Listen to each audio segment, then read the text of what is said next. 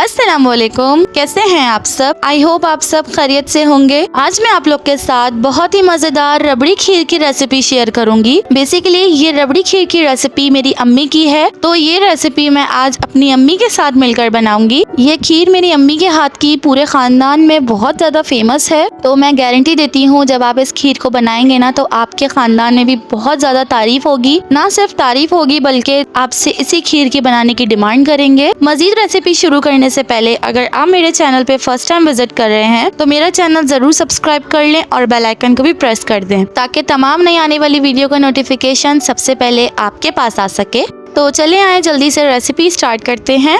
रबड़ी खीर बनाने के लिए मैंने फुल फैट मिल्क 5 लीटर लिया है, यानी 5 लीटर। आप चाहें तो अगर आपकी फैमिली छोटी है तो आप दूध की क्वांटिटी कम या ज्यादा कर सकते हैं। ये वो फुल फैट मिल्क है जो हम आम दुकानों से, जो डेयरी फार्म्स वगैरह से हम लेते हैं, ठीक है। तो मैंने 5 लीटर दूध इसीलिए लिया है क्योंकि मुझे रबी अव्वल पे डिस्ट्रीब्यूशन वगैरह भी करनी है और फैमिली के लिए भी बनाना है, तो इसीलिए मैंने 5 लीटर दूध लिया है। इस खीर को बनाने में ना तो हम चावल पीसेंगे ना ही कोई एक्स्ट्रा मेहनत है। बहुत आसानी से और बहुत सिंपल रेसिपी से आप लोगों को मैं ये रेसिपी बनाना सिखाऊंगी। तो अब दूध जो है मैंने सारा पतीली के अंदर शामिल कर दिया है। तो इसके लिए कोई आपने चावल जो है, बहुत से लोग करते हैं कि छोटे चावल लें, बड़े चावल लें, आप कोई भी नॉर्मल चावल ले सकते हैं, ठीक है। मेरे ये नॉर्मल डेली यूज वाले चावल हैं, मैंने वो लिए हैं तकरीबन 2 कप, तो यानी कि 250 ग्राम आई थिंक बनता है। तो मैंने इसको पहले 3 वॉश करके अच्छी तरीके से भिगो के रख दिया है। 10 से 15 मिनट ही अच्छी तरीके से भीग जाएंगे।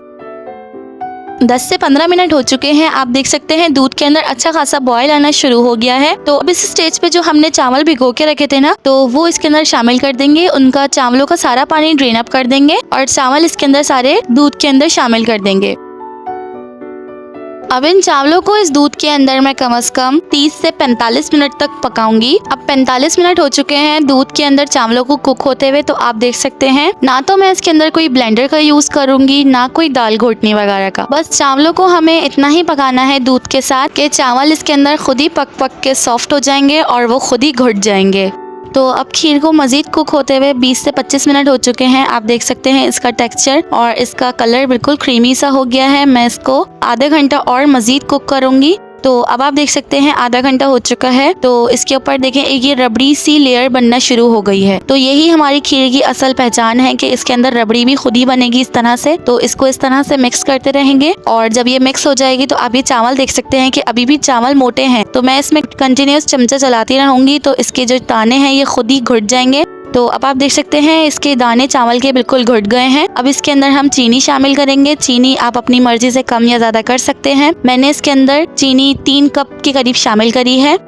अब इसको मजीद 1 से 1.5 मिनट तक कुक कर लेंगे ताकि चीनी जो है वो अच्छी तरीके से डिसॉल्व हो जाए। तो अब आप देख सकते हैं हमारी खीर जो है उसका टेक्सचर बिल्कुल खीर जैसा हो गया है और बिल्कुल रिच एंड क्रीमी सा हो रहा है। तो अब फ्लेम ऑफ कर देंगे और इसको हम चूल्हे से उतार लेंगे। और अब मैंने इसके अंदर खोया शामिल करा है। खोया मैंने तकरीबन 250 ग्राम इसके अंदर शामिल करा है। खोया डालने से इस खीर का जो फ्लेवर है, टेस्ट है, वो डबल हो जाएगा। एक बात और, आपने खोए को इस खीर के अंदर जब शामिल करना है जब आपका फ्लेम ऑफ हो और आपने इस खीर को नीचे उतार लेना है चूल्हे से, क्योंकि अगर आप इसको गरम गरम में खोए को डालेंगे ना तो वो बिल्कुल अजीब सा हो जाएगा। तो इसीलिए आपने फ्लेम को ऑफ कर देना है। अब देखें इसमें से मेरा अच्छा खासा धुआं सा निकल रहा है। इट्स मीन कि अभी खीर जो है वो गरम है, लेकिन ऐसी नहीं है कि उसमें अगर खोया शामिल करेंगे तो वो खराब हो जाएगा, ठीक है। तो आपने इस बात का ख्याल रखना है। अगर आप मेरी वीडियो यहाँ तक वॉच कर रहे हैं और अभी तक आपने चैनल को सब्सक्राइब नहीं करा तो मेरा चैनल जरूर सब्सक्राइब कर लें और बेल आइकन को भी प्रेस कर दें ताकि हर नई आने वाली वीडियो का नोटिफिकेशन सबसे पहले आपके पास आ सके। तो अल्हम्दुलिल्लाह जी हमारी बहुत ही मजेदार सी रिच क्रीमी हमारी रबड़ी खीर रेडी है। तो अब मैं आपको रबड़ी खीर को सर्व करके दिखाती हूँ। तो पहले मैंने इसको ड्राई फ्रूट से गार्निश किया है, जिसमें मैंने चॉप पिस्ते, बादाम और अखरोट लिए हैं। आप अपनी मर्जी का कोई भी ड्राई फ्रूट ले सकते हैं। उसके बाद मैंने इसके ऊपर खोया गार्निश किया है। तो आप चाहें तो इसके ऊपर चांदी का वर्क भी लगा सकते हैं। गार्निशिंग आप अपनी मर्जी से कोई भी कर सकते हैं, जो आपको पसंद हो आप उसकी गार्निशिंग कर सकते हैं। फाइनली हमारी रबड़ी खीर रेडी है। सो ये थी आज की रेसिपी। आई होप आपको ये रेसिपी बहुत ज़्यादा पसंद आई होगी। मेरी वीडियोस आपको पसंद आती हैं तो लाइक, कमेंट, शेयर करना मत भूलिएगा। चैनल पे अगर नए हैं तो चैनल को भी ज़रूर सब्सक्राइब कर लें।